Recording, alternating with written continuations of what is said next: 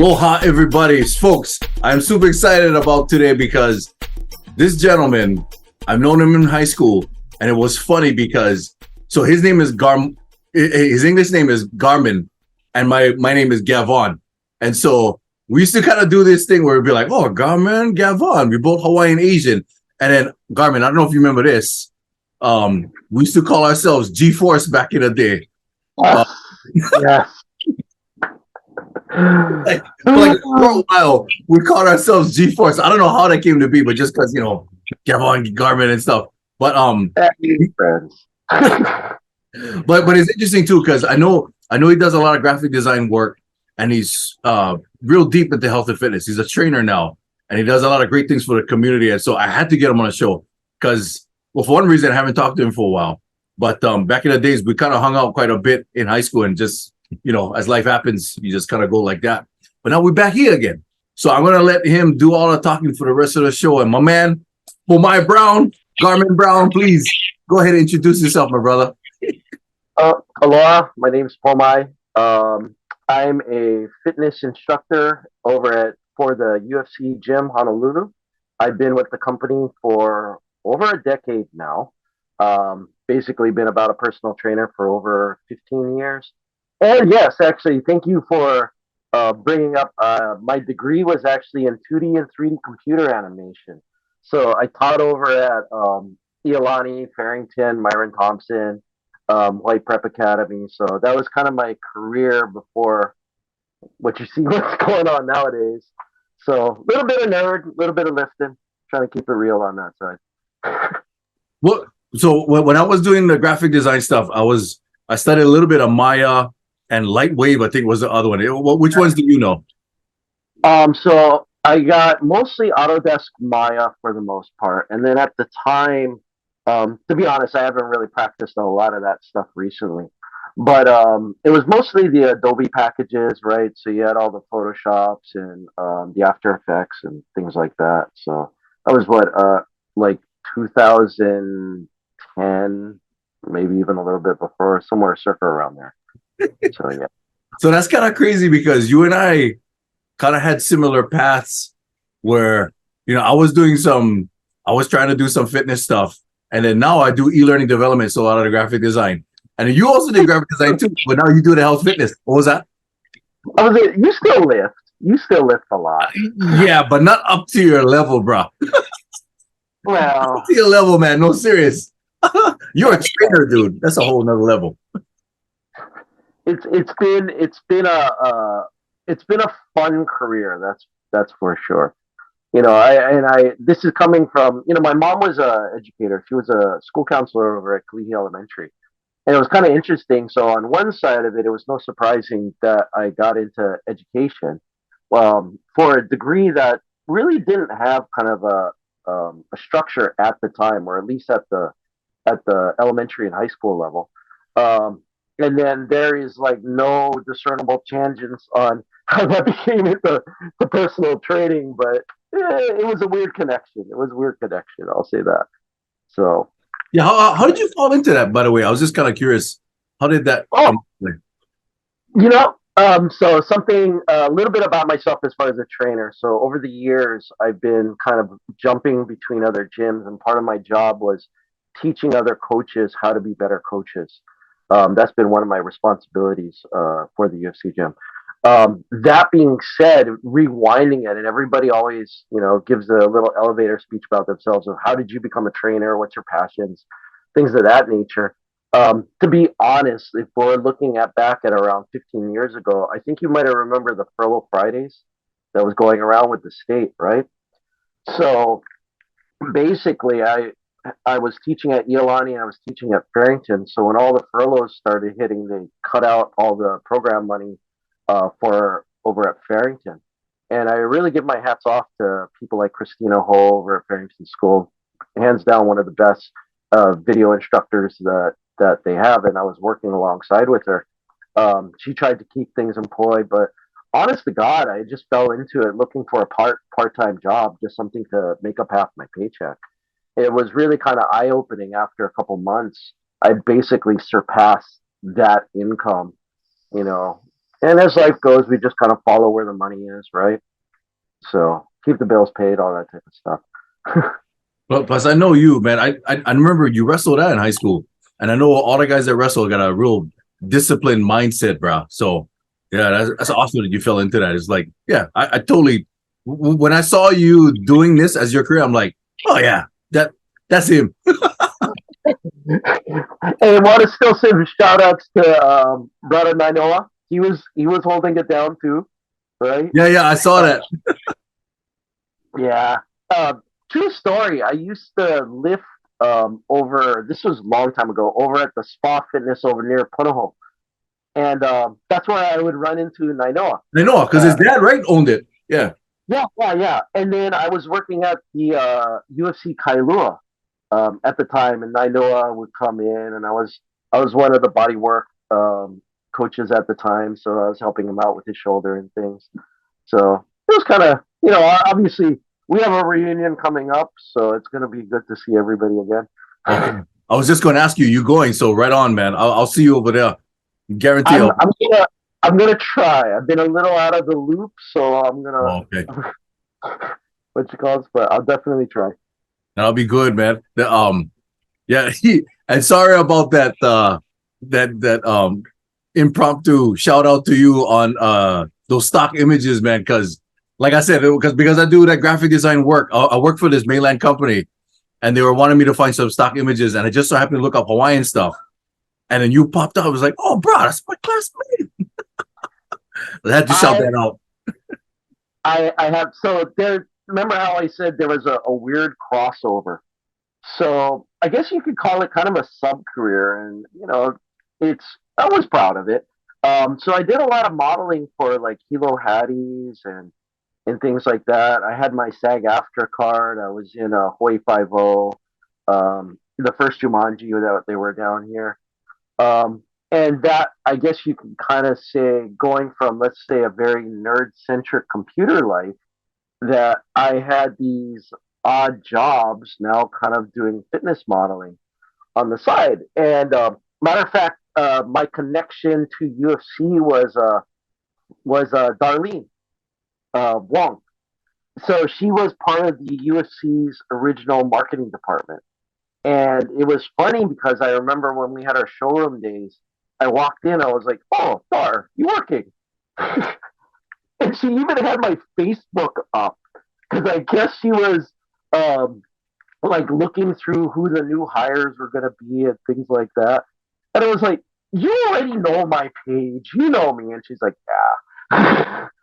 But it was just the irony that I'm walking in here. And, I always give credit because she going into a new career, as I'm sure any of us know, this can feel very intimidating. So having a fresh face that I remember back from high school, especially at around that time, it was good to see her, and it was very helpful. She was one of the few people that I knew before, working for the company that I'm still with now.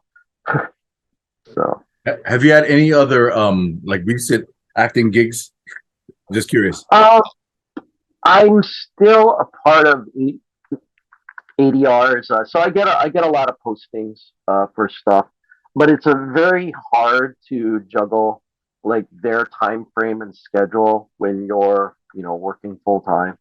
So, in the life of a coach, I always want to reiterate to all the new coaches, it's not your, how should I say it? It's really more your availability, not your hours of operation. Basically, it's like when you're working with other people, their schedules and how you coordinate that really comes down to what your schedule is going to be. Yeah. So, Oh, that's cool. In case anybody was aspiring to be a coach. Oh, that's cool, man. Another one of our classmates, my cousin Keela Young, he actually has been doing some like stunt work for some stuff. I don't know if you've seen him on any of the shows or whatnot. He did a Hawaii 50 a few times too. Yeah. I think we did one episode of Hawaii 50. I wanna vaguely remember it was the one around about pirates. I think he was one of the guys that got like thrown through the window or something. Kilo was actually a member over at the Honolulu gym. So I would see him every morning. He would come in and lift. I haven't seen him for a long time though. Oh yeah, So, yeah. which Once was in a while we'll connect on Facebook, but I remember he posted a video of him getting, there was an explosion right next to him, and like the board like hit him and he fell down. And that's the last thing I remember about his stunt work was that just going down like that. It was kind of funny. I think I kind of remember that video. Wasn't there another one he was like set on fire and he had all the I saw that. smoking? Yeah, I was like, oh, dude, you didn't get a chance to do any of that stuff, did you? No, no, I'm gonna leave that. No, he's the pro. He got all of that. That's funny. I just need to worry about dropping weights on my feet.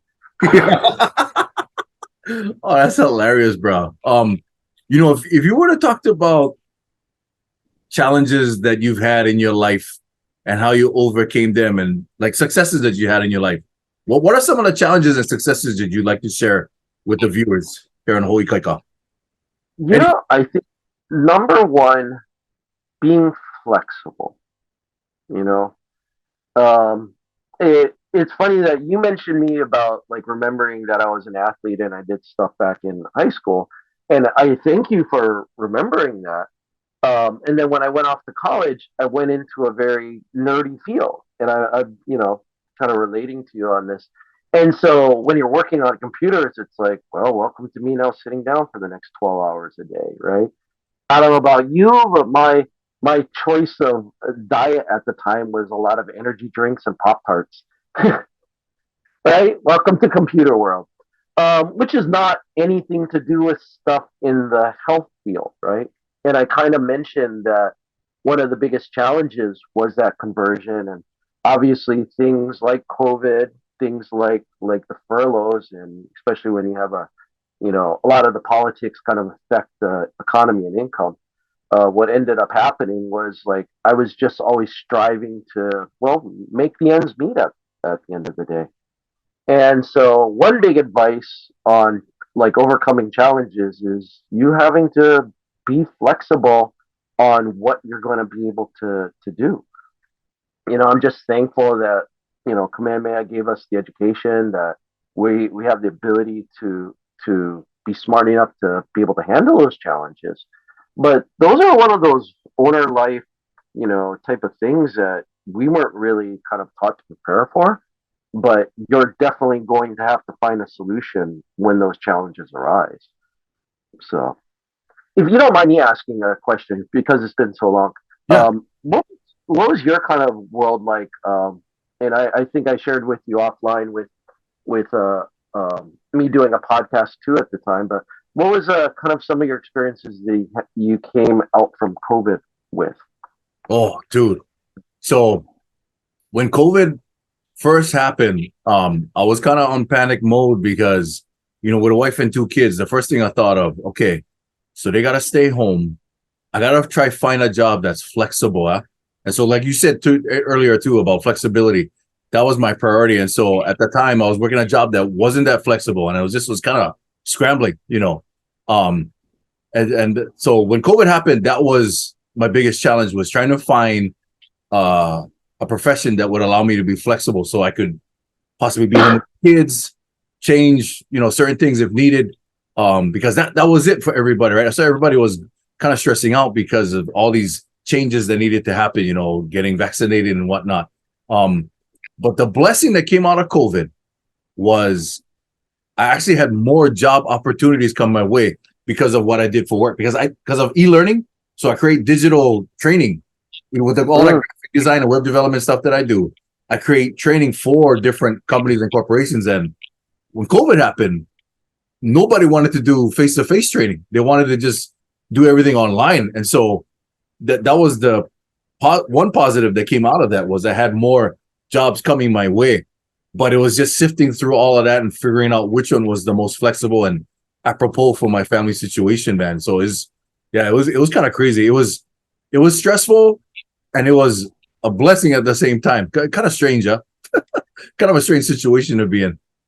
No, I can definitely relate. I think one thing that being a trainer and being somebody that's into fitness, without the gym, and for the record, the UFC company had to let us go in that time, right? All the gyms were shut down. And the fact that, now we're doing like this Zoom meeting, that was unheard of. That's not something that's indicative of, like, definitely not something that works with personal training. Um, in my very strong opinion about that. So when things opened up, it was definitely a fight to deal with, because a lot of people were still very apprehensive about coming back to the gym. Um, I, for myself, was trying to do like podcasts and trying to keep things engaged. But I also feel at the time I was doing some of that to just to try to keep me engaged. Like my body fat got up to like, I think 28 or something. 25 is where obesity starts, right? So it was kind of a little bit of a hard pill all of a sudden after all these years, not working out. I played video games, sat at home. I didn't know what to do, right? So at the end of the day, when things came back, I remember telling my boss at the time, I was like, I don't know if you got to give me a couple weeks. So there was a lot of bike riding around Kapiolani Park, a lot of swimming at the beach, stuff like that, right? Just trying to, being a coach on one side of it, you are your best billboard, and you kind of have to walk the talk. And I've never really had so much a problem with that self discipline aspect, but considering the stress of what COVID had put all of us to, it was easy for us to kind of move away from that mark, right? So, and that's part of the reason why I asked, because I don't think anybody had a good response. And speaking of a challenge to, those are literally once in a generation type of a issue, right? But that was also a big one that, we all had to face in our own ways, right? For all I remember, it was like, when everything shut down, it was like, oh, we're only going to be closed for 2 months. And then 2 months turned into 4 months, 8 months, a year. And those were a lot of times to not just be physically inept, but also be like mentally, income wise, not there as well. And also to not know what you were going to do next. So that would be like my biggest suggestion, once again, is to try to stay open, and being flexible with the challenges that come to you. Yeah. Yeah, So. that's true, man. That's what everybody was saying too. Is just the companies that, or the individuals that were able to adapt were the ones that ended up being successful. When you talked about discipline, I know that's something that a lot of people that want to get fit struggle with. How were you able to cultivate such a great self-discipline? What do you attribute that to? It's easy when you're back in high school. And I say that especially if you were playing sports. But let's be honest, high school was easy mode. You know what I mean? You could have wrestled, you could have played football, but whatever sport you did, you were doing it Monday through Friday, right? And then you played games or whatever that the event for your sport was, usually on Friday or Saturday, right? So if you really think about it, our discipline, whether you want to call it self discipline or whether want to call it imposed discipline, that was our background. The hard part is very few of us actually get to go off to college to play, as well as like there's a financial incentive to have that. And one of the things I was rather proud of doing during COVID was I had a podcast with Vince Baltimore, and he was one of the athletic directors for UH. And that was one of our big talking points, was talking about the opportunities for a lot of, literally two generations of high school kids never had a chance to get a scholarship in whatever those things are. And even the the playing field and how you do that now has changed drastically from how we used to remember it in high school. So kind of going back to the self-discipline factor of it, I just always remembered, it was easy for me to remember that back from high school, and then still try to make something in that happen.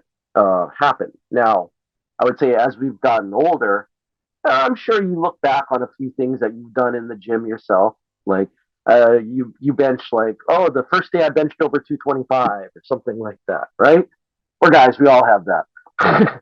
But my point is, it's like it's hard to define that for yourself when our entire job life is now taking over what we used to do for school, basically.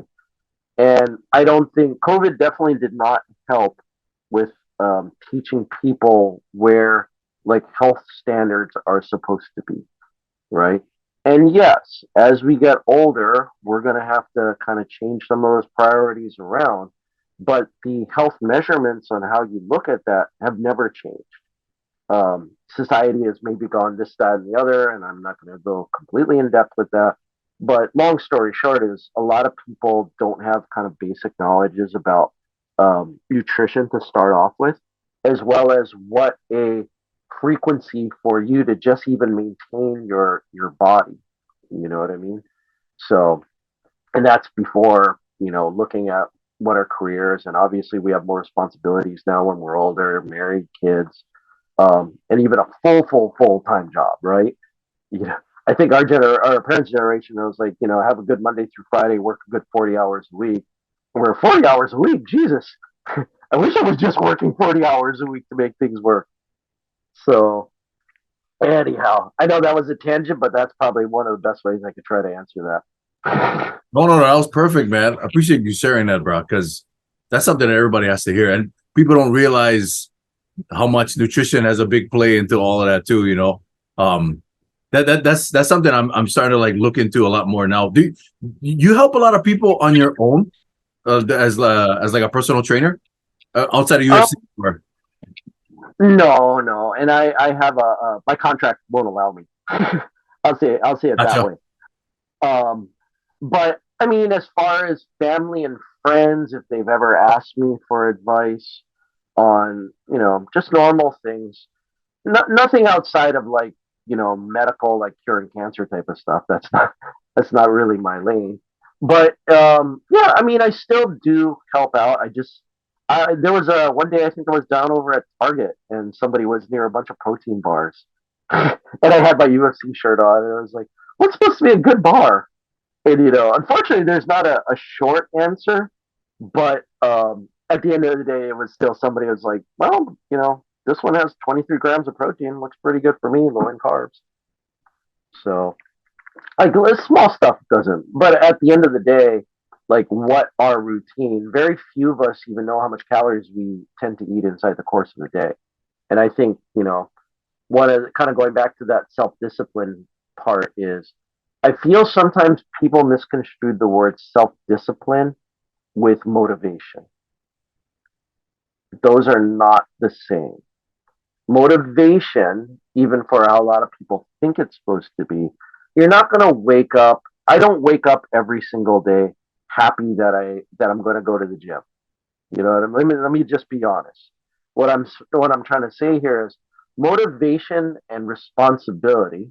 I like to use that word a lot. Means that it's like work. You're going to have to do it whether you liked it or not, because that is the price of what it needs for you to be healthy. And that's sometimes a very hard pill to swallow, because when it comes to looking at health and fitness, we're going to have to start measuring things out. We're going to have to start timing things out. And I find it very interesting that for the things that we do for work, we prioritize everything towards that. We move our schedules around. We move our lunch times around, all of these things around. Yet when it comes to the literal vehicle that you need to do your work with, we don't do that. Just being honest with it, right? So a lot of basic health advice is just first of all figuring out a plan. What do you want to do, right? If it's weight loss, I can tell you this: it's really rather easy to strategize for people. It's very hard for people to execute on that because they've had years and years of habits that they're not willing to change. Straight up truth. Wow, that's perfect, man. I know after this one, a lot of folks will be contacting you for more information, probably. Hey, you gotta pay this guy. Make sure you pay him now. I was gonna say, wait, I don't get the like and subscribe button. you gotta pay Pomai, remember? Oh, hey, what was that? Say again. Oh, you can always find me on Instagram. I'll put that out there. Yeah. You find him on IG, man. So I gotta ask you this question. This is a question I ask all my guests. What Sure. is some advice you want to give to any struggling Polynesian men out there, or just anybody that's going through stress right now? Well, what kind of advice Oh, do you want to give them? you even gave me the little bullet points of this question, and I have to say I've been thinking long and hard this entire time, and it's a rough question. I think the best way I can try to start off to answer it is, as men, we need to shrink our worlds. What do I mean by that? We need to kind of pull away from welcome to the internet world. Just because you have a lot of advice out there, it doesn't mean that it's very good advice. There's a lot of things out there that are pulling us away from our responsibilities of what we need to do as human beings, as men, and also as Hawaiians. I don't know about you, and I'm not gonna, we could go hours on talking about this, but I think definitely the perspectives on what it is to be a Polynesian male in Hawaii um, I don't want to say it's lost its way. I don't think it's that bad, but we have lost track of some of the things that are most important to us, and we need to reprioritize that.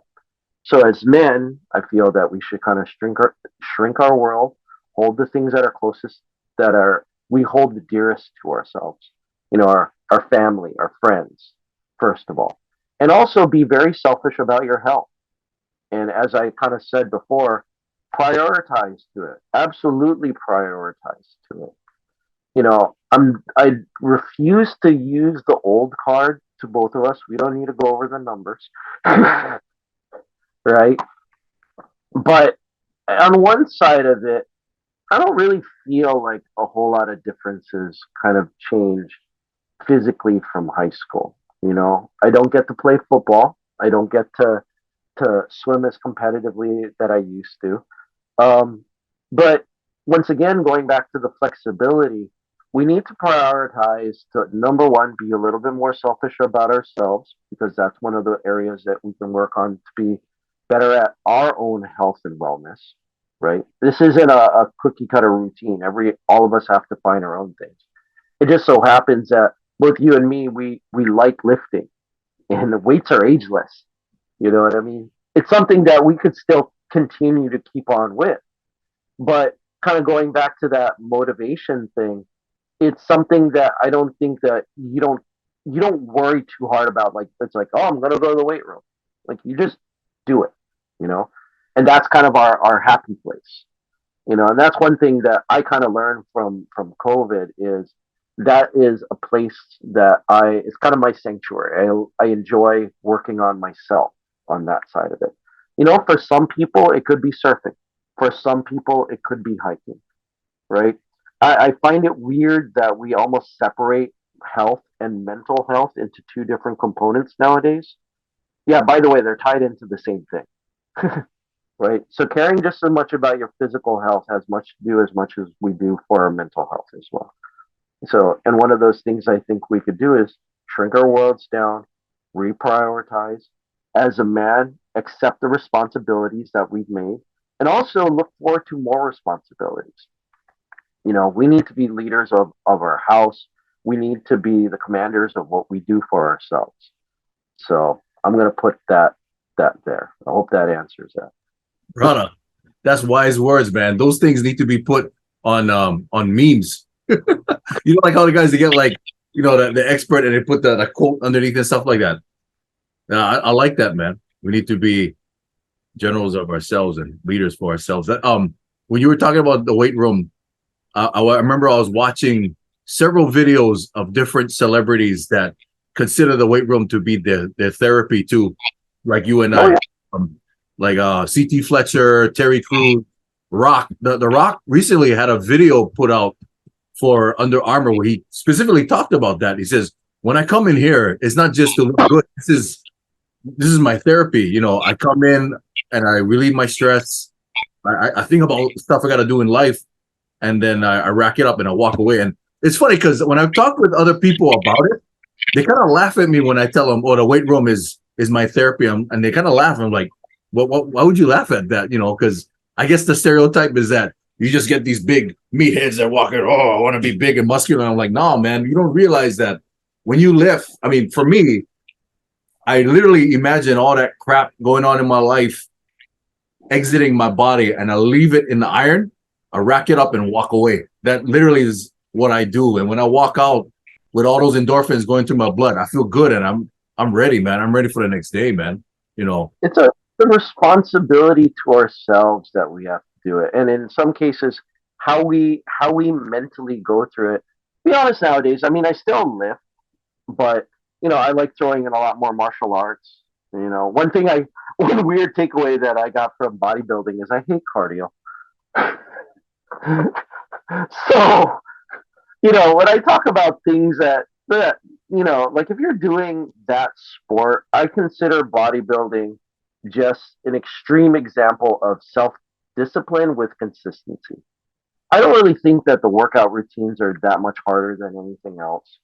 And this is coming from a guy that has been in weight rooms for over a decade of my life. At the end of the day, it's just an example of a very regimented lifestyle. That's really it. So for me, I enjoy punching the bag. I enjoy a lot of different stuff, and that's where like I encourage everybody to kind of find their sanctuary. For us, it might be inside the weight room. For others, it could be at the beach. You know what I mean? Oh, I'd love to combine the two. I'd love to have like a Venice Beach scenario, right? me too, But bro. I've been wanting that. yeah, we're not up to that pay income yet to start that project. But we'll just throw that out there in the universe and see what happens. I know that would be cool, bro. But dude, I gotta thank you so much, man, for doing this show, bro. Because like I said, we haven't talked for a long time, and when I was reconnected with you on Facebook, you were like one of the first guys I wanted to talk to about doing this and giving advice and whatnot. So I appreciate you big time doing this, bro. Don't forget, 2024, man. What about 8 months from now? 8 months from now. Yeah. Yeah. Yeah. I'll hit you up and remind you about all the stuff that's going on. And you just hit me up whenever you want. I'll leave you my cell phone and contact information if you want to get a hold of me. You already have my Facebook. To really be honest, this is going to sound super odd considering the media that we're talking to. I'm not really too much of a social media guy. I keep those things there for my work, and obviously to still keep in touch with like old friends from high school and things like that. I've never been the Yelp guy that takes pictures of my food before putting it out there. I never understand how that became a popular thing, but you know what I'm saying. But yes, let's definitely keep in touch. Hit me up anytime you have any questions for anything. This was very enjoyable for me. Thank you. Me too, brother. No, seriously, mahalo, man. I'll catch you at the next reunion, man. Take care of yourself, bro. You too, brother.